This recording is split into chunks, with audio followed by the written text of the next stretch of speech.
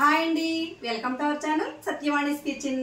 ఈ రోజు మన వీడియోలో మనం చేసుకోబోయే రెసిపీ ఇలా కొంచెం ఇడ్లీ పిండి ఉన్నా సరే కొద్దిగా మైదా కలుపుకుని మనం పునుకుల్లా వేసుకున్నాం అనుకోండి, అందరికీ టిఫిన్ సరిపోతుంది. ఈ మినపునుకులు ఎలా వేసుకోవాలో చూద్దామండి.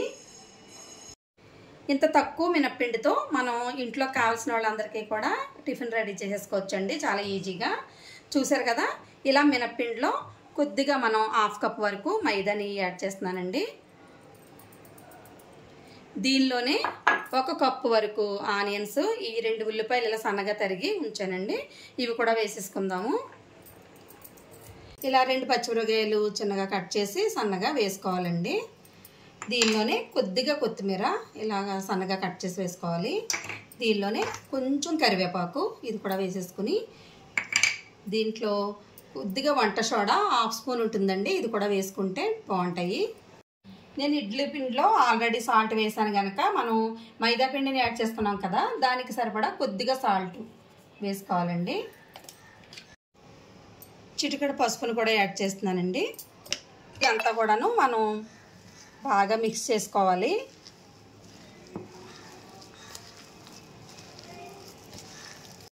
ఇలా మొత్తం అంతా కూడాను మైదా ఉండలు లేకుండా ఇలా పిండిలో బాగా మిక్స్ చేసేసుకోవాలండి.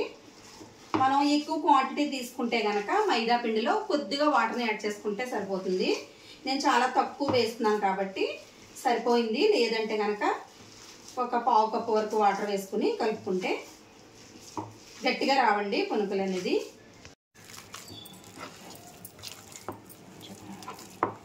ఇలా మొత్తం అంతా ఇలా కలిపేసుకోవాలండి. దీనిలో ఇంకా వాటర్ని యాడ్ చేయలేదు, అవసరం అవ్వలేదు. మనం ఎక్కువ మైదా వేసుకుంటే కనుక కొద్దిగా 1/4 కప్పు వరకు వాటర్ని యాడ్ చేసుకుంటే సరిపోతాయి. ఇలా మొత్తం అంతా కూడా మిక్స్ చేసిన తర్వాత మనం 2 నిమిషాల పాటు ఇది ఇలా పక్కన పెట్టేసి ఉంచేస్తే బాగా ఉబ్బుతాయండి. ఇలా దీన్ని ఒక 2 నిమిషాల పాటు ఇలా ఉంచేద్దామండి. ఈ లోపు మనం స్టవ్ మీద ఇలా ప్యాన్ పెట్టుకునండి. ప్యాన్ ఆయిల్ సరిపడగా వేసుకోవాలి, డీప్ ఫ్రై సరిపడా. ఆయిల్ హీట్ అయిన తర్వాత మనం పునుకులు వేసేసుకోవడమేండి. ఆయిల్ హీట్ అవుతుందండి, మనం పునుకులు వేసేసుకుందాము. చిన్నగా వేసుకుంటే బాగుంటాయండి, మరి పెద్దగా కాకుండా.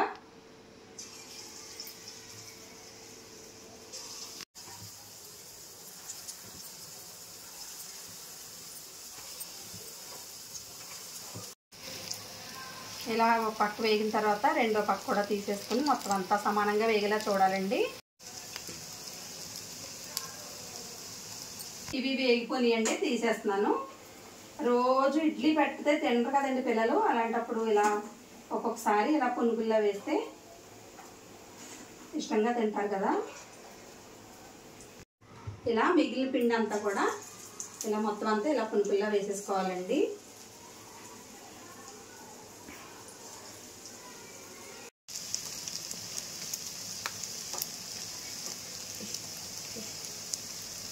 వేగిపోనియండి, ఇవి కూడా తీసేసుకుందాము.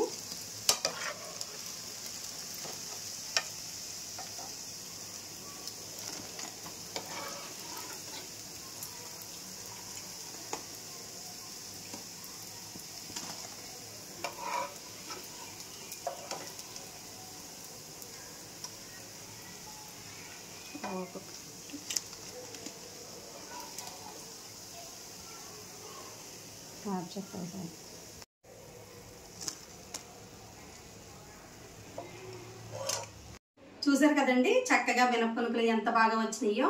అంత తక్కువ ఇడ్లీ పిండితో మనకి ఇంట్లో వాళ్ళందరికీ కూడా సరిపడా మినప్పునుకులు అయితే ప్రిపేర్ అయిపోయినాయండి. ఓకే అండి, ఈ మినప్పునుకుల వీడియో మీకు నచ్చితే కనుక తప్పకుండా లైక్ చేయండి, షేర్ చేయండి, అలాగే సబ్స్క్రైబ్ చేసుకోవడం అస్సలు మర్చిపోకండి. సబ్స్క్రైబ్ చేసిన తర్వాత పక్కన ఉన్న బెల్ ఐకాన్ ప్రెస్ చేయండి, అప్పుడు మేము పెట్టే ప్రతి వీడియో కూడా మీకు నోటిఫికేషన్ వస్తుంది. థ్యాంక్ యూ సో మచ్ అండి.